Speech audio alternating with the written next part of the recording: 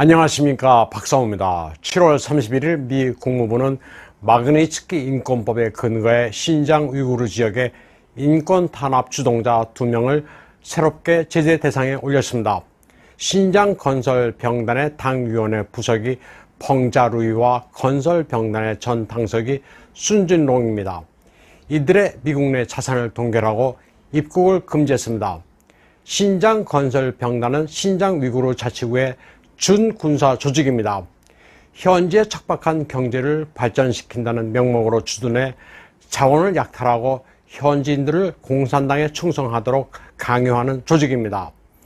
미국은 이에 앞서 7월 9일 신장 위구르 당석이 천추엔구어, 전 정법비서기 쭈하이룬, 공안청장 왕밍산, 전 공안청 당위원회석이 허류진과 공안청 자체에 대해 미국 자산을 동결하는 조치를 취했습니다. 신장 건설병단은 모두 14개 사단으로 구성돼 요층지에 고루 분포되어 있습니다. 이 지역은 옛날에는 서역으로 불린 곳입니다.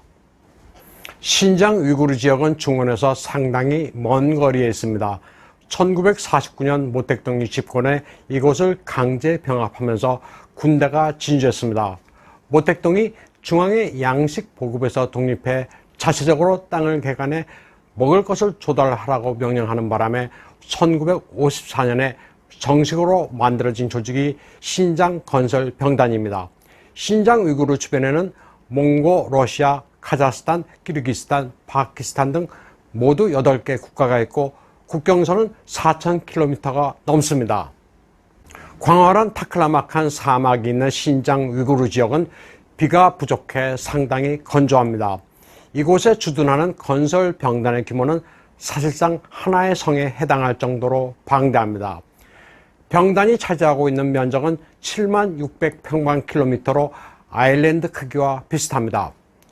이곳 황무지에는 위성에서 볼 수 있을 정도로 거대한 크기로 아침 저녁으로 투쟁할 뿐이라는 지쟁조석 4글자가 새겨져 있습니다.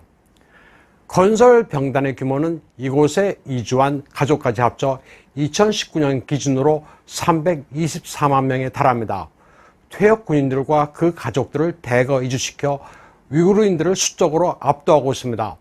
건설병단은 위구르 소수민족을 탄압하면서 국경을 접하고 있는 국가들에 대해 군사적 존재감도 과시합니다.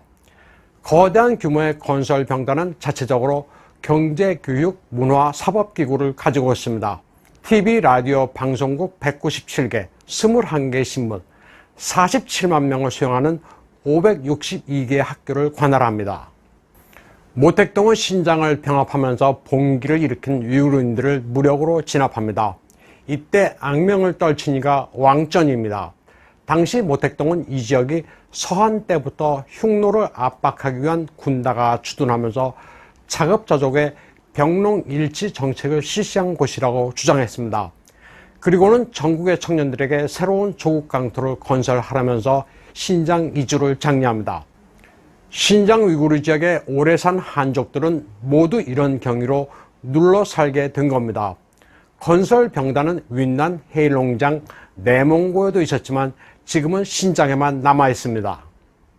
신장 건설병단에서는 2014년 단원들 1000여 명이 고위 간부들의 부패에 항의해 시위를 벌이기도 했습니다. 병단 고위층이 중앙에서 내려주는 3,000유엔씩의 보조금을 중간에서 가로채 사기 주머니를 불리고 있다고 항의했습니다. 일반 단원들은 고향에서 떠나 먼 이역에 와서 황무지를 개간해 사는데 고위층들은 호화 생활을 한다는 것이었습니다. 미국의 자녀들을 유학 보내고 베이징에 호화주택을 구매하는가 하면 호화 차량을 굴리고 있다고 거세게 항의했습니다.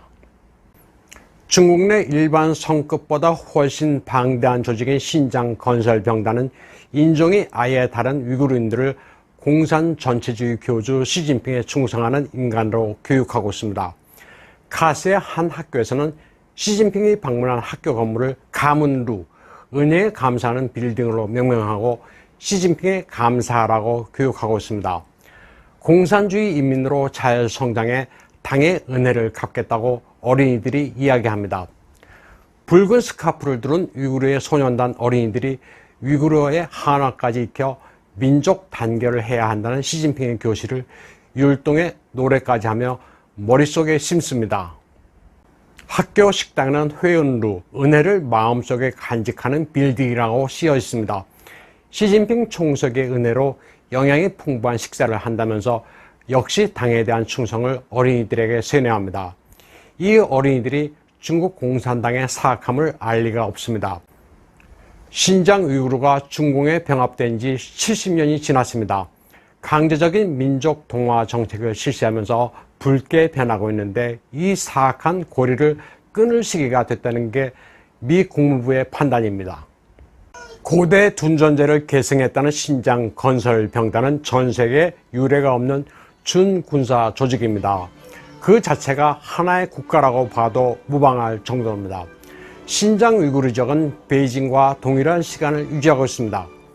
미국의 동부 서부 시간이 있는 것과 비교하면 야만스러운 정책입니다. 신시황이 도량형과 글자를 통일한 것처럼 현대 중국 공산당도 소수민족은 무조건 한족에 복속돼야 한다는 전체주의적 발상에서 비롯된 겁니다. 신장 위구르 문제의 가장 직접적인 해결 방법은 신장 건설 병단의 해체인데 미국이 이를 아주 잘 파악하고 있습니다. 오늘 방송은 여기까지 하겠습니다.